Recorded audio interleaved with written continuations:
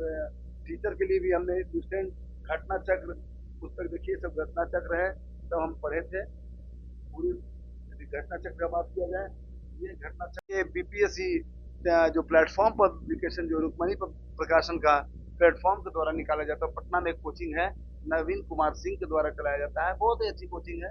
ये पीछे हटे, इंसान को बोला गया है कि जो आदमी अपना कर्म पे रहता है उसकी हार नहीं होती। हो सकता है कि आपका समय, आपको पता है सर, हम यदि किताब की बात करें तो जीके के लिए रिसेंट राउंड इनमें से कोई एक पुस्तक को आप निरंतर पढ़िए, और यदि और मैथ रीजनिंग के लिए आप प्रॉपर वे में सेट लगाइए। मैं संतोष पांडे, बीपीएससी टीआरई 1 शिक्षक, आज ज्ञान मेला यूट्यूब चैनल के माध्यम से आज बीपीएससी टीआरई 4 जो आगामी बहाली आने वाली है उसके बारे में बताने जा रहे हैं कि आप कैसे तैयारी करें और कितना स्मार्ट स्टडी करें, इसके द्वारा आपकी सफलता नजदीक आ जाए। हम यही कहेंगे, हम लोग की तैयारी जो हमने किया था इसका तैयारी, तो ज़्यादा व्यवस्थाएं नहीं थी। टीआरई 1 में ज़्यादा सिलेबस पता नहीं था, लेकिन टीआरई 1, टीआरई 2, टीआरई 3 जैसे परीक्षा होने के बाद एक चीज अनुभव हुआ कि आपके पास शिक्षक की प्रीवियस ईयर पेपर भी आ चुके हैं। उस प्रीवियस ईयर पेपर के माध्यम से आप सिलेबस को डिकोड कर सकते हैं। अब हम एक चीज और बताने जा रहे हैं कि आज के नौजवान को शिक्षक बनना कैसे है, इसकी क्या योग्यताएं होती है। मतलब आज के सुनते होंगे लोग, बच्चा जब 10th में होता है हम आर्मी बनेंगे, कोई बोलता है हम इंजीनियर बनेंगे, कोई डॉक्टर बनेंगे। तो वैसे ही आप जान जाइए कि हम शिक्षक कैसे बनेंगे, उसकी योग्यताएं क्या है। यदि आप 12 पास करते हैं और डीएलएड करते हैं 12 के बाद, करने के बाद आपको एक सीटेट देना होगा जिसमें 1 to 5 और 6 to 8 की परीक्षा देनी होगी। लेकिन यदि आप 6 to 8 का फॉर्म डालना चाहते हैं तो आपको साथ ही साथ योग्यता में स्नातक, जिसको ग्रेजुएशन कहते हैं, वो भी कंप्लीट करना होगा। लेकिन यदि आप प्राथमिक शिक्षक 1 to 5 बनना चाहते हैं तो 12 के बाद आप डीलेट करके सीटेट 1 to 5 क्वालिफाई करके बीपीएससी की जो या आगामी परीक्षा आती हैं उसको निकाल के आप बिहार का शिक्षक बन सकते हैं।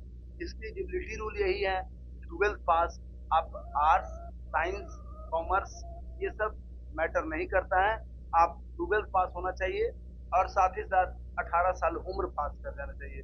ये दोनों क्राइटेरिया करने के बाद आप सीटेट, जो आगामी सीटेट आपकी है, उसमें आपको पता है सीटेट में होता क्या है। सीटेट में सीडीपी, जिसको बोलते हैं बाल शिक्षा का 30 क्वेश्चन, मैथ का 30 क्वेश्चन, पर्यावरण जिसको ईवीएस बोलते हैं 30 question, Hindi 30 question, English 30 question. साथ ही साथ कहीं कहीं देखते होंगे बच्चे का इंग्लिश कमजोर है तो वहाँ पे आप संस्कृत ले सकते हैं, या आप मुस्लिम वर्ग से आते हैं तो उर्दू ले सकते हैं, या और जगह के हैं तो अरबी, फारसी जैसा है वो आप ले सकते हैं। लेकिन basically CDP, EVS, mathematics, Hindi, English, ये 5 तरह के विषय 30-30 क्वेश्चन का निरंतर रहता है। इसमें 150 क्वेश्चन होते हैं, नेगेटिव मार्किंग नहीं होती है। सिर्फ जनरल वर्ग के लिए 90 नंबर, ओबीसी के लिए 82 नंबर और एससी एसटी के लिए 75 नंबर। यदि बोला जाए परसेंटेज के फॉर्म में तो हम लोग को जनरल के लिए 60% नंबर लाना होता है। इसमें आप 90 नंबर लाते हैं तो इस क्वालिफाई कर जाते हैं पेपर को।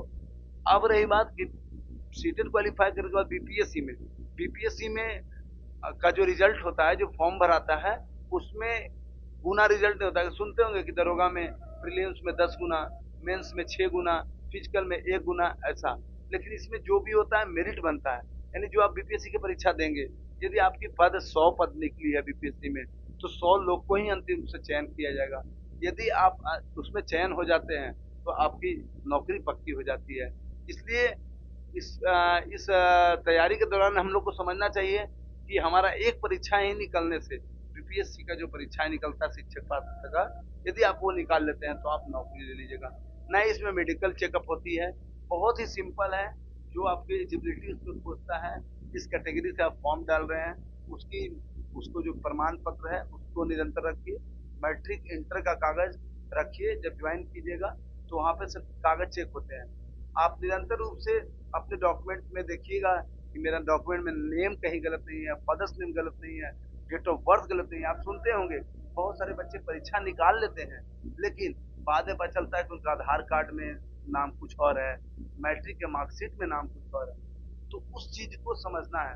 यदि नाम पहले से कहीं गलत है तो उसको सुधरवा दिया जाए। या फिर आप जानते होंगे कि कितने जगह पे फॉर्म हम लोग एग्जाम देने जाते हैं, एग्जाम हॉल में आंसर शीट बहुत तेज है पढ़ने में, लेकिन आंसर शीट रंगते समय हड़बड़ का कार्य करते हैं।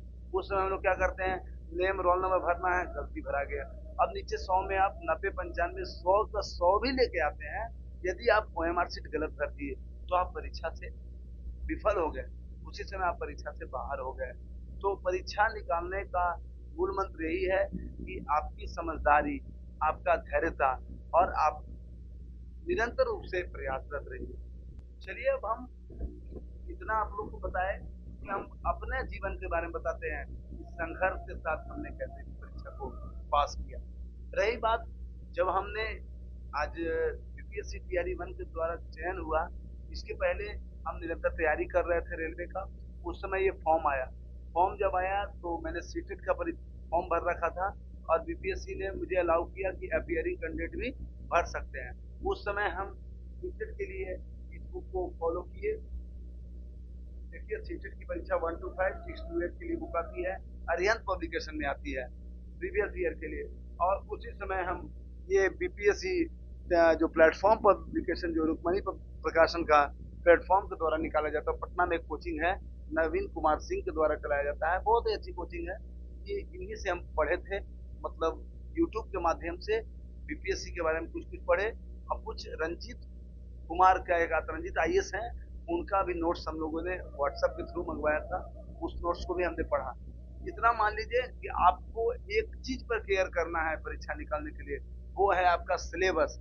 आउट ऑफ सिलेबस होइएगा तो आपकी परीक्षा से आप दूर चले जाइएगा, क्योंकि आपको पता है कि हर परीक्षाओं में जितना वैकेंसी आता है उससे कम 1 लाख गुना बच्चे होते हैं। एक सीट पर 1 लाख बच्चे हैं आज के डेट में। यदि रेलवे की परीक्षा बात किया जाए तो करोड़ों बच्चे फॉर्म भर रहे हैं। उसी तरह शिक्षक में भी धीरे धीरे भीड़ बढ़ रही है और लोग भरते जा रहे हैं, 10-10 लाख फॉर्म भरते हैं, सीट रहता है 10,000। इसलिए आपको सिलेबस पे कार्य करना है।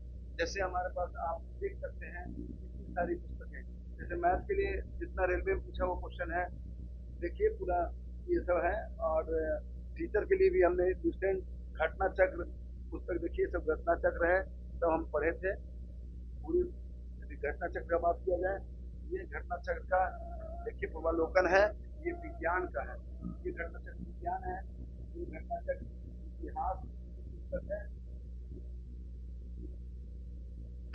ये सब पुस्तकों को आप निरंतर अभ्यास, इस पुस्तक का सबसे अच्छा गुण क्या है, ये पुस्तक में प्रीवियस ईयर क्वेश्चन पूछे गए हैं और ये पुस्तक के माध्यम से डिटेल दिया गया है।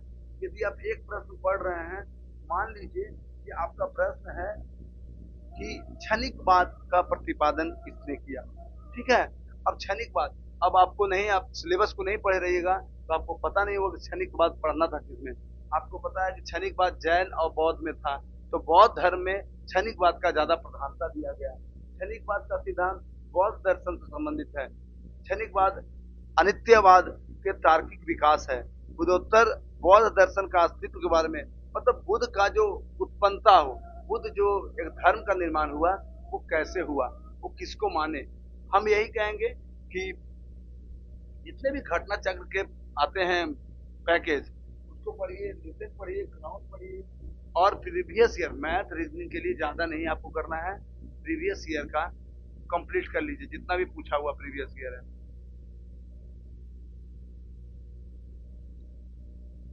कि सफलता का एक मंत्र मेहनत है और कर्म है, लेकिन आज के डेट में आपको मेहनत करना है लेकिन स्मार्ट तरीके से करना है, हार्ड वर्क करना है लेकिन स्मार्ट तरीके से करना है। अब निरंतर एक ही पुस्तक को पढ़ के पहले लोग सफल हो जाते थे, लेकिन आज सिलेबस वेरिएट कर रहा है, समय समय पे तरह तरह की न्यूज, जैसे आज करंट अफेयर्स की वैल्यू बढ़ गई आज की जनरेशन में, और मीडिया के थ्रू, आप न्यूज के थ्रू 10 तरह का क्वेश्चन आपके अवेलेबल हो जाता है। और हम ये बताना चाह रहे थे कि परीक्षाएं असफल होने के बाद आदमी छोड़ देते हैं, लेकिन कोई नहीं जानता है कि बहाली आए, और इस जो बहाली आए वो आपके लिए आए।